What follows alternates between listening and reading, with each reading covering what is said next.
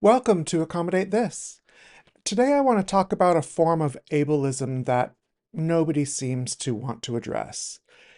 I've been a teacher for many years, and I was also a leader for many years, and I always held to the standard that it was not fair for me to expect anyone to do anything that I didn't know how to do myself. Nor was it fair to expect anyone to know everything. I would often advise my students to pay close attention to the lessons that I gave, and I would challenge them to learn things well enough that they could confidently teach them to someone else. And if they felt they couldn't explain something to someone else, I encouraged them to ask questions about it to gain a better understanding. And I did this because I honestly believe that if you have truly learned something, you should be able to explain it to someone else. But I have to admit that I know so little about this topic, you couldn't even fill a business card. So, why am I talking about it if I've never learned about it? Because I'm tired of being held accountable as though I should know it, especially when nobody seems to be able to teach it. I'm talking about social skills.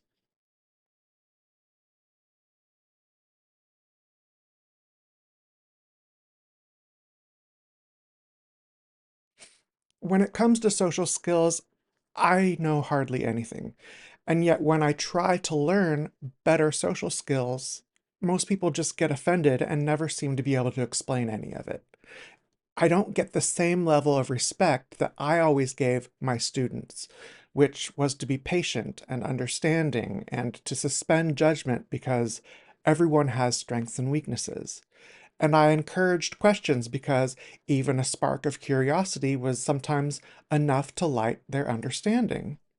But when it was my turn to learn, people would act as though I was late to the game and therefore not worth the time or effort for them to explain anything to me. But really, I'm not being hyperbolic, contrarian, or difficult in any way when I ask for help in this regard. I'm completely sincere when I ask people for help in understanding what social skills I supposedly have yet to learn. But instead of helping me, they usually dismiss me as if I can't possibly be serious. Or they become offended, like I'm playing stupid games.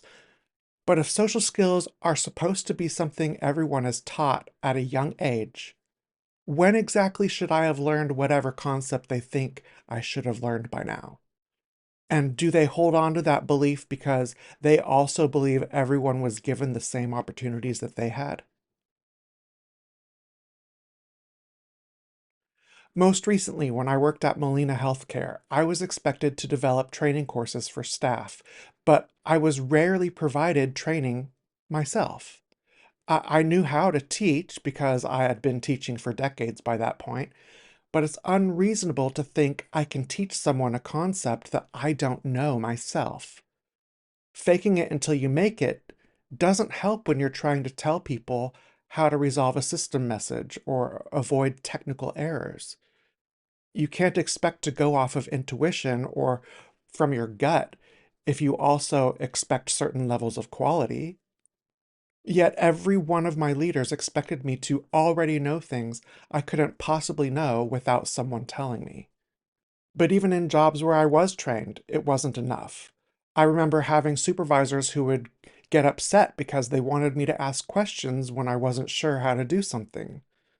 Well, if my understanding is lacking, but I don't know it's lacking, why would I ask any questions? In which case, wouldn't my failures be just as much on the shoulders of the person who trained me as they were on mine? I've been criticized for not communicating well with others my entire life.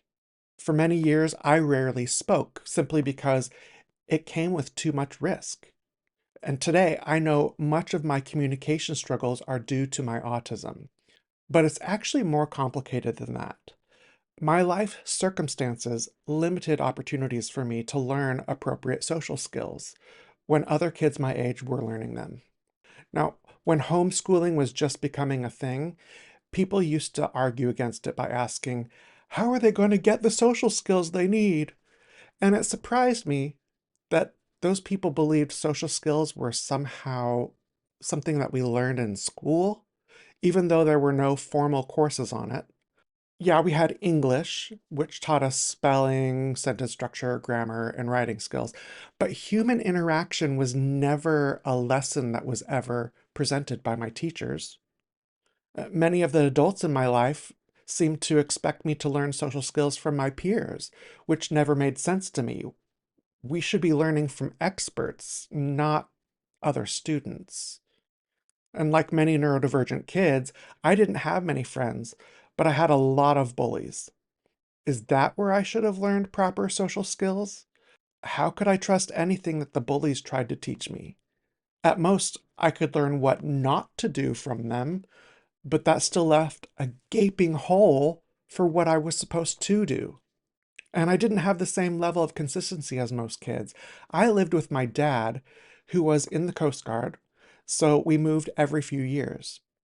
This had an impact on the lessons that I was exposed to, which varied from school to school. And one school taught cursive, and another taught italics. I never had to learn the state capitals because my previous school was waiting to teach them, and my new school taught them earlier. Who knows how many other lessons I missed out on because we moved so much. I literally went to 3 different schools my 6th grade year alone, and I had moved more than 30 times before reaching age 30. I did not have the benefit of a consistent network of supports around me. And we not only moved because of my dad being transferred, he married 4 times, and we would move between the divorces. Was I supposed to learn social behaviors from my stepmothers? I mean, how about the one who was married to my dad for only 6 months? Or how about the one who was abusive? Her idea of teaching social skills was reduced to teaching us manners through humiliation and physical punishment. Was my father supposed to teach me? Because he was out to sea for half of my childhood. And when he was home, he wouldn't spend more than 10 minutes with me. He was more interested in getting rest, and he made it quite clear that I was more of a disruption to his day and a disappointment to him than anything or anyone. Was I supposed to learn it from my older siblings, all 4 of whom moved away from my dad before I was 12? Was I supposed to learn social skills in church? We attended practically every Sunday and every day during high school and sometimes middle of the week. There we were told to fold our arms to show that we were listening. Yet everywhere else in the world I was accused of being standoffish because I folded my arms, which supposedly showed that I was closed-minded, not listening. As we moved around the country, it became clearer that so many social rules were just a matter of opinion, not cut and dry rules. Now, if I was doing something that infringed on your rights or caused harm, then that would be one thing. But if I don't say good morning, or if I answer your question honestly, your opinion somehow grants you the right to shame me simply because other people share your opinion? Do you think being rude about it is okay? And what about intent? I don't like being interrupted, but that doesn't stop you from saying good morning when it is clear I'm trying to focus on work. I don't like being lied to, but that doesn't stop you from being dishonest about wanting to get together later. So, whose opinion matters? And when was I supposed to learn your preferred social habits? Why do you care so much what I do or say when it doesn't harm you or infringe on your rights? Now, most people seem to think that social skills are just second nature, something anyone can pick up naturally with little or no effect. But most people spend most of their lives in the same place, never experiencing cultures outside their own bubble. Besides, neurodivergent people experience the world differently. We interpret it differently, and we have different instincts. And in the case of autism, we communicate completely differently from most people. We also struggle with things most people don't have to even think about. For instance, people are able to filter out the noise around them. To us, the world feels like a messy ball of chaos, and it often feels like the majority prefers us to remain in the dark when it comes to making sense of their world. Whenever I have tried to seek understanding, I was automatically labeled as weird or rude. I'm accused of being obtuse, backtalking, or challenging when really I'm struggling to understand what people want from me. I'm tired of what feels like catering to everyone's expectations, and there's no way for me to connect their preferences because I'm being denied context. And yet nobody seems to want to teach me the skills they expect me to have while still holding me responsible for lacking those skills. It's completely unreasonable. Now, I realize I'm more fortunate than many others because I was a missionary for 2 years. On my mission, I represented my church, not myself. And I think that helped a bit because it taught me how to really mask a lot of my autistic traits. I was also paired with another person 24/7, and we would have regular meetings to talk about ways to better communicate. I learned proper eye contact, different tactics for interacting with others, ways to help people feel more comfortable around me, and how to establish a foundation of trust, to resolve concerns, and more.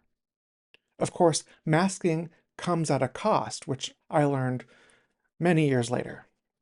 Fast forward to my working career after my mission, and I continued the practice of representing the companies I worked for, not myself. So I had no problem speaking up when I saw issues that I believed were fraught with liability for the company. It was never about me. It was about doing what is best for the company. And many people thought I was too outspoken, the exact opposite of what I had been in my earlier childhood. And sometimes people found me too abrupt or even rude. And so the bullying continued. Luckily, a few people saw my bravery as an asset, and that was usually enough to get me by. But at Molina, I wasn't so lucky. My leader was eventually replaced by someone who was intimidated by me.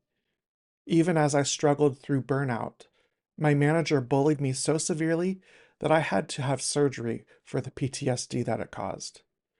And despite me doing the best that I could to communicate honestly and openly, like it said to do in our company values, and despite excellent scores from the students I taught, my leaders told me that I needed to take some classes to learn how to be a better communicator. When? What aspects of communication did I still need to learn? And if it was so important to my job, why didn't they teach me? Just like everyone else in my life, it was someone else's responsibility to teach me social skills. And yet I haven't the slightest clue who to turn to or what to even ask them to teach me. And even if I were to learn the rules, there's still the very real possibility that I'll be crap at following them because they aren't intuitive to me. I have a different brain. My brain struggles to communicate in ways that the majority of people find natural to them. I wish people who openly criticize me and bully me for being different knew more about my past, because in my mind, I have this hope that it might give them a little insight as to why I never had a chance to learn what they expect me to already know. And then maybe that would make them a little less critical and a bit more compassionate toward me. But maybe that's just a pipe dream. I wish people who have such a big issue with my lack of communication skills would be brave enough and learned enough to teach me those skills instead of kicking me while I'm down. But I have to wonder, do they not teach me because even they don't understand it themselves? Are they avoiding teaching me, or are they incapable of teaching me? So I want to know, what social skills was I supposed to learn? When was I supposed to learn them? And how am I ever supposed to know if what I have learned is reliable? Was I supposed to somehow learn social skills between the bullying, the abuse, or the moving? These are just some of the ideas that keep me up at night. And unfortunately, I don't have many answers this week, but I hope even by sharing my experiences that it might help someone else dealing with the same thing see that they aren't alone. If any of this resonated with you, please leave a comment below. It would really warm my heart to know that it helped someone else feel more seen. And until next time, thank you for watching. If you enjoyed this video, please comment, like, and subscribe to see more content like this, or click on the video here to continue watching.